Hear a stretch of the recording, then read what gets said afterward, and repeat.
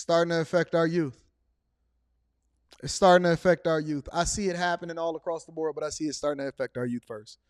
Our youth are the ones that are affected the most by what's happening in the decisions that we're making on a daily basis.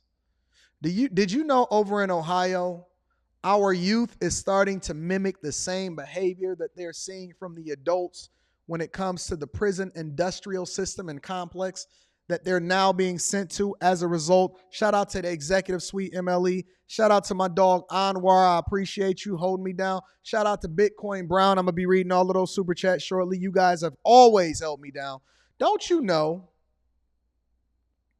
that our youth are the ones that's paying? That's what the word said it. The word predicted it. The word told you that it was going to happen and you didn't heed it because you thought that the word didn't apply to you. The words say the children are going to be the ones that pay for the sins of their fathers, for their parents, for the people that don't do the thing that's in the best interest of the ones that come after them or for them. Yes, the children, the cheering. That's what y'all called them at the table with Big Mama. Big Mama said it's the cheering. The cheering are the ones that's going to pay for the sins of their fathers and their mothers. They are. Well, guess what's happening over in Ohio? Shout out to my Ohioans. That is shocking new video from a juvenile detention center in Ohio. Surveillance video, some of it sped up, showing the moment a dozen youth inmates took over a facility, destroying security cameras and even threatening staff members with makeshift weapons. This uprising just the latest in a string of violent incidents at that facility. Jesse Kirsch with the video and the new details. Tonight, our first look at dramatic video from inside an Ohio correctional facility, showing the chaotic moments teenage inmates overtook the facility. The kids are running the place. Our hands are tied. Officials say last October, 12 youth inmates stole keys from a staff member and broke out of their rooms at the Indian River Juvenile Correctional Facility. The newly released surveillance footage capturing the chaos on camera.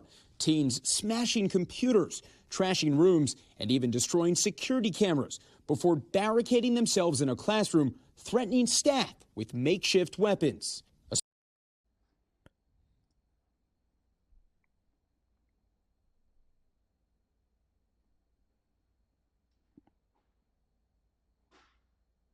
What's going on, y'all? Ain't this what y'all wanted? Remember F the police? Remember when y'all was going off on Rick Ross for being a correctional officer and said that he was a snitch? Remember when you wanted to go and have children out of wedlock and y'all got mad at me because I said that you can't afford children and you need to go back home with your baby daddy? Now the teens are literally grooming themselves for when they transfer over into a regular prison. The youth are now beating up and taking the keys from the guards and barricading themselves in, making sure that they tear up shop class and destroying everything that they can get their hands on. And I'm going to even shoot them some bail. It ain't even their fault. It's not their fault. Don't blame it on the government. Don't blame it on government cheese. Don't blame it on the prison industrial complex. Don't blame it on prison for profit. Listen, these are the future baby mamas and daddies of you going forward. This is your baby daddy. This is your daughter's baby daddy. They gonna get out of jail and they gonna say, it ain't no good men out here. It ain't no good men out here. This is your future daughter's baby daddy that's in here tearing up and taking over the prison system in order to prepare themselves for when it is that they go over there with fleece. You know why the fleece interview is so important? Shout out to Real. I'm going to be reading that super chat shortly. You know why the fleece interview was so important? Is because it's supposed to be something that changes your perspective about what it is that you can expect when you go into prison. See, nowadays, we don't see anybody having a conversation about all of these prisoners going live on Instagram and TikTok, showing that they having a party and having a good time. They running marathons. They getting fit. Y'all keep saying go to prison in order to lose weight. You can get conjugal visits. They got phones, iPads. They smoking trees. They got drug addictions. How you gonna have a drug addiction in prison? They getting frisky with each other. They making this prison seem like it's fun thing. So then when I put out a video and I say, okay, well, this is what it's really like. Let me have a conversation with somebody that was only supposed to do 12 years, got locked up when they were 16 years old, and then they wound up doing over 40 years. Y'all thought it was a joke. Y'all thought it was a joke. Y'all got mad at me and said, Anton, why you keep putting this out here to be visible to the people? And I keep saying you need to have your son and your daughter watch this because this is not what they want to grow up to be like. This is absolutely the type of content that we need to be putting out for the people. Special response team moves in with pepper spray, bringing the standoff to an end after an agonizing 12 hours, resulting in what officials say was nearly $300,000 in damage. One staff member who spoke anonymously to NBC's Cleveland affiliate not shocked by the violent outburst. Surprising to me, no. I mean, I see the stuff every day. The public doesn't realize it, but anybody that works there does. This uprising coming just days after officials say a corrections officer was brutally attacked by a young inmate at this same facility. A corrections officer was brutally attacked. So now they have to be overglorified babysitters to your children. And these kids is causing over $300,000 in damage to the prison industrial complex, only to be taking up our tax dollars going forth. And you're telling me that the things that we do in this society is right? It makes sense that we should not embrace other cultural norms in order to try to fix what's going on in our own households? And see, here's the thing. It's not just black people no more. It's white people. It's Indians. You know, I was in my hotel room on Saturday night in order to take my flight for Sunday because I flew into Tampa. And I was watching a documentary on TV. I hadn't seen regular TV in a long time. Did you know, according to this documentary, that Indians are actually the ones that are killed more by the police than any other group? So when they sell you this narrative, and I don't know if it's true or not, right? I didn't back it up. It was in a documentary. I'm not just going to take their word for it, but it sounded like something to be true. And then I looked it up on Google, right? And Google and several sites that actually was credible was substantiating the same argument. Did you know that Indians, American Indians, you know, the ones that's on the reservation, the ones that got pushed out of their own lands, the ones that really got taken over before they started importing black people over here in order to build up the country. Did you know that they were the ones that were most likely to die, hurt, and killed by police officers than any other group?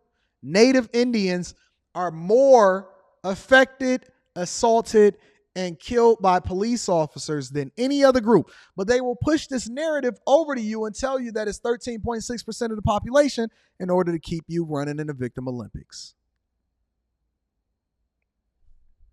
I felt tugging and punching and hitting, but I couldn't see where it was there because he had hit me on this side of my face. According to our affiliate, the attack was sending David Upshaw into kidney and heart failure as he spent 3 weeks in the hospital. Just by the grace of God, you know, I didn't die or get injured worse. This wave of violence leading to calls for change. Last year, the Ohio Department of Youth Services implemented new safety protocols, including body cameras and pepper spray for some staff members. They're afraid to use the pepper spray because then they're under investigation, and numerous ones have been put out or quit or left or had the pepper spray taken away from them because they've used it.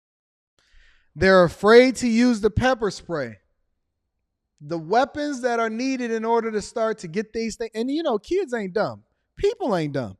They know that you're going to be under investigation. They know that they can tell their parents and call their mama, and your mama going to come up to the prison and say, you are doing my baby wrong. The same way that y'all come up to the schools. So you condition them in the schools in order to go into the youth facilities and the detention centers. And then you then prepare them. Shout out to Kofi. I'm going to be reading that super chat shortly. And then you prepare them to then go over to the prison industrial complex only so that we can then house them and make sure that they're taking care of all the rest of their life with our tax dollars. And so they already know. They give you the tools. They can't even use the tools in order to get your kids in order so that they can have a better life and not never run back up into the prison ever again. But then the actual correctional officers are leaving and they're afraid to use it because they will then be under investigation based off of their kid telling on you in order to get you in trouble. It it. Some employees say staffing shortages are leading to a rise in these violent incidents. According to the Department of Youth Services, the number of assaults increased over the same time period from 2020 to 2021 and again from 2021 to 2022. They can't keep the new staff in. The new staff come in and see what things are happening and haven't dealt with this kind of situation or worked this kind of work before, are scared and they quit and leave. And according to our affiliate, some of the teens told investigators they planned this uprising because they felt they'd been spending too much time in their private rooms and not enough time in common areas. That's a consequence of staffing problems. But this is hardly just an issue in Ohio. Pennsylvania, Maryland, and Louisiana are also among the states that have seen issues with the conditions in juvenile facilities recently because of staffing problems. Tom? That's unfortunate. It's very, very much unfortunate that we are now in a situation where the inmates is running the asylum. And it's not just even the inmates. It's the youth inmates that's now telling you what to do. They telling you how to police them. They're telling you how to police them. What country do we live in? Are we in Nigeria? What country do we live in? I have no clue where I'm at right now. I am so confused as to what country that I'm in right now, to where the inmates are now running the asylum and telling us exactly what it is that we're supposed to be doing as far as how we supposed to police them after they get in trouble and we got to use our tax dollars in order to make sure that they taken care of.